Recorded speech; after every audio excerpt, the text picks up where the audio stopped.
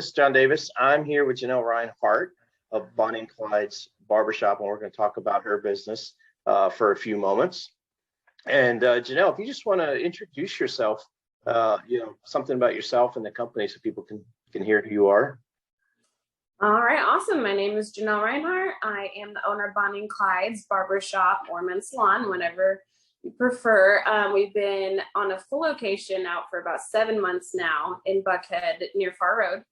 But I have been off on my own for about 3 years and cutting men's hair specifically and only for the last 14. Okay, is there a reason you got into men's hair only?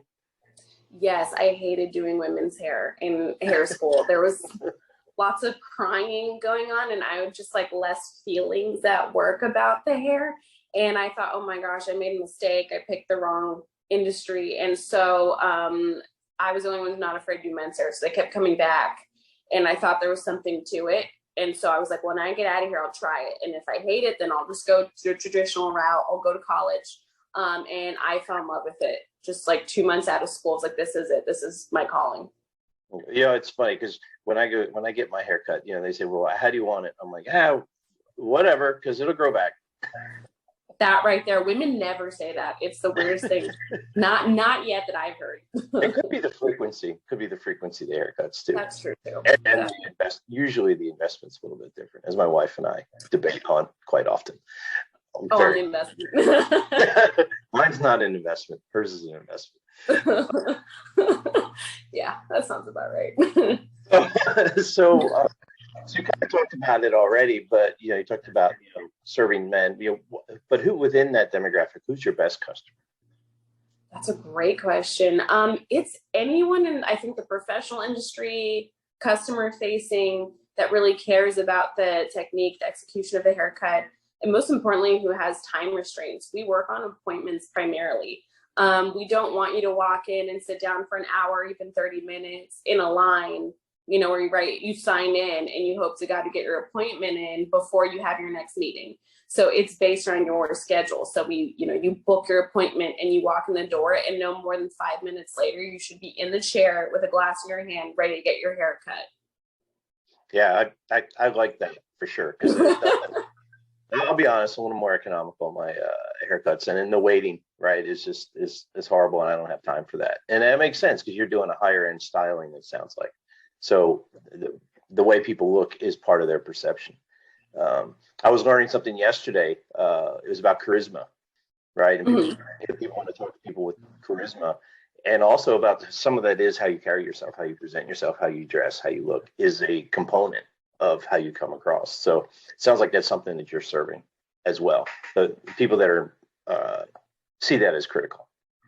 100%. I think when they see that amount of care put into it, they feel a little bit more important and a little more sharp. And so we've there is a reason you go get a haircut before an interview and stuff. I mean, I feel like people do carry themselves differently, and we give them the kind of care where they should, regardless of what they're doing after that haircut. Right. So now you mentioned something else, a little unique. You talked about having a glass in your hand. What's that all about? We serve bourbon. I am a bourbon lady. We're very passionate about bourbon, all kinds. So yeah, when you come in, it's complimentary. It's part of your haircut. You get a bourbon. We do old fashions on Fridays and Saturdays. Started as old fashioned Friday. It was too popular. Extended through this weekend.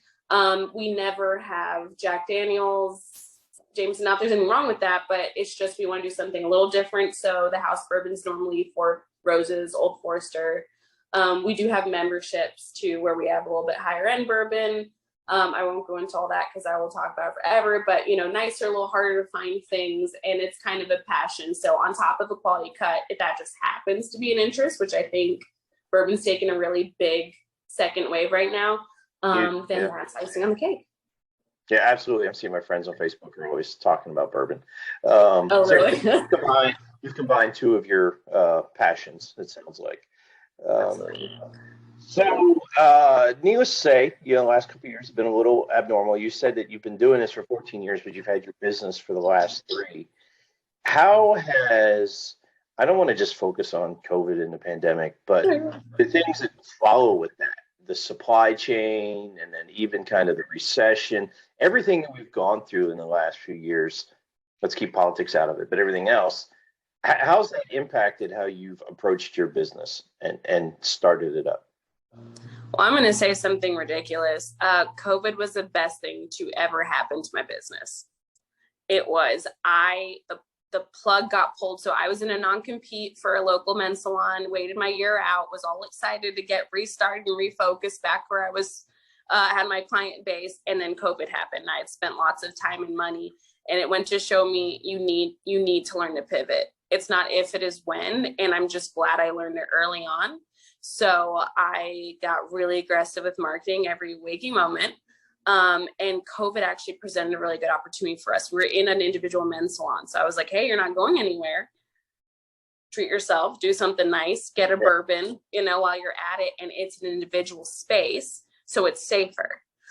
So I marketed that really hard, and it worked really well and actually grew us significantly.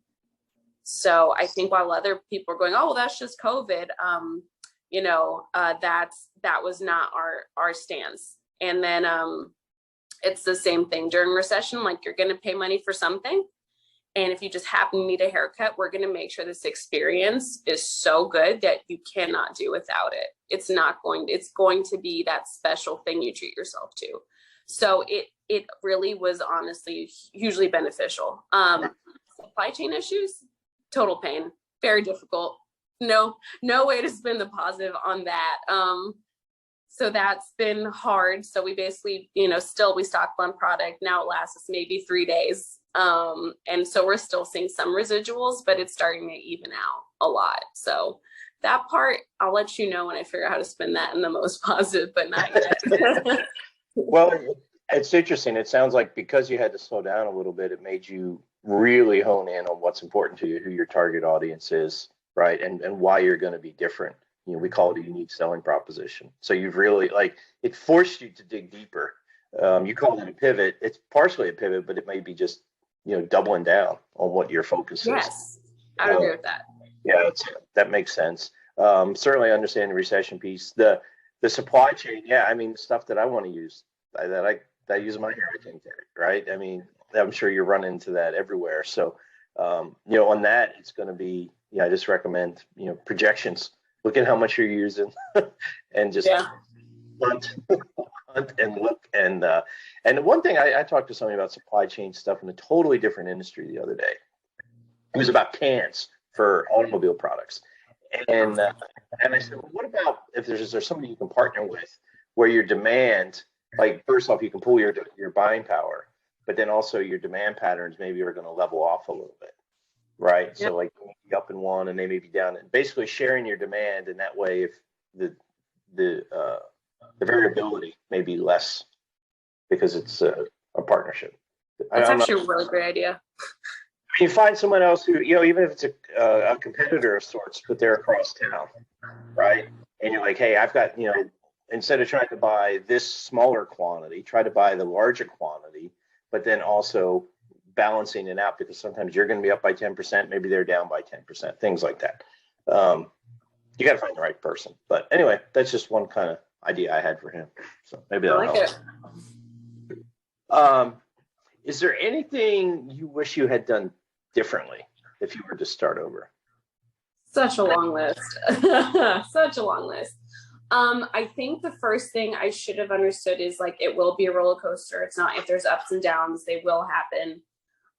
No one is going to be as excited about your business as you are. You'll get pretty close. I'm really fortunate to have people who care a lot. But at the end of the day, it's yours. And I think I needed to being passive is just not an option at any point in time.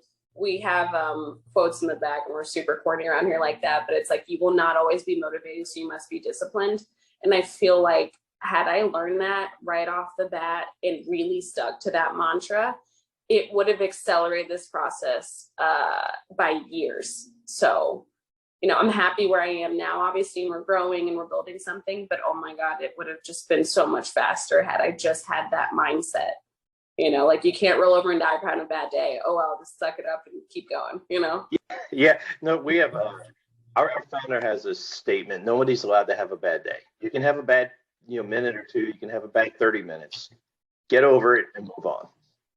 Right. I'm going to write that down. I love that. You're not allowed, there's no bad days. You can have a bad 30 minutes. That's the limit.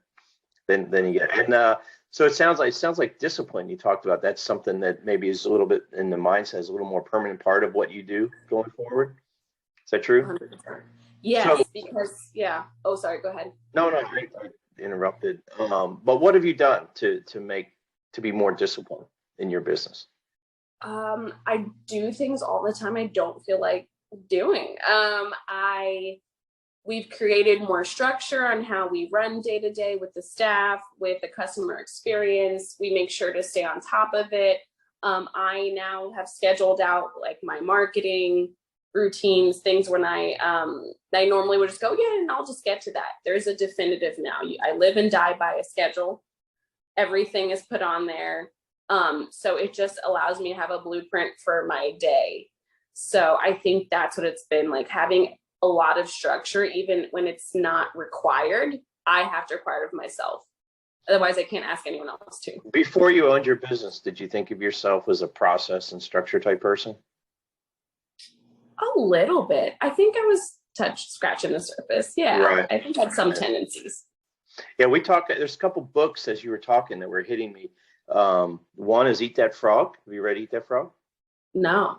It's all about, you talked about doing the important thing, how to do that.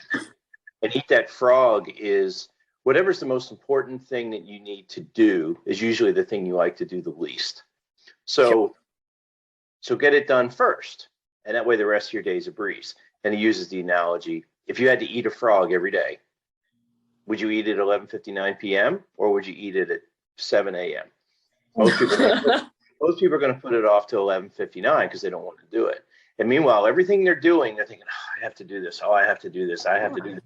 Hanging over them like a burden. Get it done. It's the most important thing for you. Get it done. It's the toughest thing to do. You're doing it when you have the most energy. And once you're done, the rest of the day is easy because you've already had the hard part. Yeah, I wrote that down. I'm definitely going to be reading that. And the other one you triggered is Atomic Habits. Have you read Atomic Habits by James Clear? Oh, yes, I have. It's a great book. That's a great one for structure and process. The other one I read that really made my head explode was The One Thing. Basically talking about, it's like carve out your one thing. It's the 80-20 principle, really like whatever you do, that one thing's be most effective. So go and do that. And it talks about carving out time in everything, letting other things fall the wayside. Like multitasking is not real. You're going to have to carve out specific focused time to get things done. Absolutely. So that's been a huge help. Yeah. Very good. Okay. So what's been the biggest learning since being a business owner? You've touched on some of it already, but what's the one thing that you think all business owners need to know? Create a culture. Culture. Okay. Culture is super important. Make people feel valued around you, whether it's someone who works for you, the customer, everyone. Make everyone feel really, really important. Be genuinely interested in people. Create a culture. Have you had, it's interesting you brought that up, have you had any really big highs, big wins, or low lows in that area? Yes. Without getting into too much, I had a employee who was really kind of down in a bad situation, and it was kind of one of those things like, hey, keep pouring in, keep investing, and that person's not even recognizable today. That culture was like, no, you are important. Building that self-esteem up, I guess, in them. I'm not seeing their potential. And so it's exhausting sometimes, but doing it regardless. Right. Because you genuinely believed in that. Yeah, that was 100. Like, if nothing else, God forbid, if the doors close tomorrow, that one person was worth it. That's like their whole perspective on themselves has changed because you just inject a little bit of kindness and time. And then, lots of lows too. Like,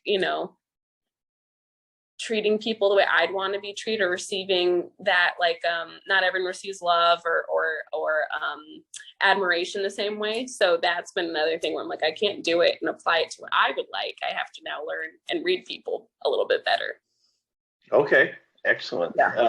That's a nice story. Is there anything you want, any opportunities in your business that you want people to know about? And you mentioned the bourbon, the Old Fashioned Fridays. So, but other than that, is there anything coming down the pike that's big for the company? Yeah, so we are going to continue doing our memberships. It comes with a couple little extra perks. Am I allowed to do a little turnaround or the shop? You can do whatever you want. Sweet. All right. So we have here, this is our waiting room. So we have here some members. We haven't gotten all our plaques in. So we have that. It's kind of unique, and you get all this stuff. So you get a haircut, a free neck trim, deluxe bourbon, members plaque, special hours, because again, we talked about what's important as far as availability. You get members only glasses. So again, this will be for the bourbon fans. My apologies, we're not open yet. It's all right. We're doing this early on Monday morning. We're tackling it. Exactly, yeah. So we got some pretty nice stuff. We have, some Miller Antiques and Stag Junior we just finished up. So again, people who are well versed in bourbon will appreciate that kind of. Oops, sorry. Okay, and each is kind of a private little room, it looks like. Oh yeah. So this is where I cut out of when I am in here. So this is one of the stations. So this is our waiting room. So we have a little record player. We kind of have a theme. We have, it says Bonnie and Clyde's, I promise. We're still working on stuff now. We do raffles. So just for like coming in, you doing different things. We're giving away a bourbon, Titleist golf balls, and Ray-Bans. So we do those all the time. That fits your target audience very nicely. Very good. Thank you. Yeah. So just doing this now, this has taken me hours doing it by hand, but I think it looks nice. Here's some of our bourbon guys. We're big Buffalo Trace is another area. So again, like haircuts are a little bit more private, I would say, than normal. All right. This is our last station. So this is our manager stays, kind of like keeps me on everything. This is our little bar right here.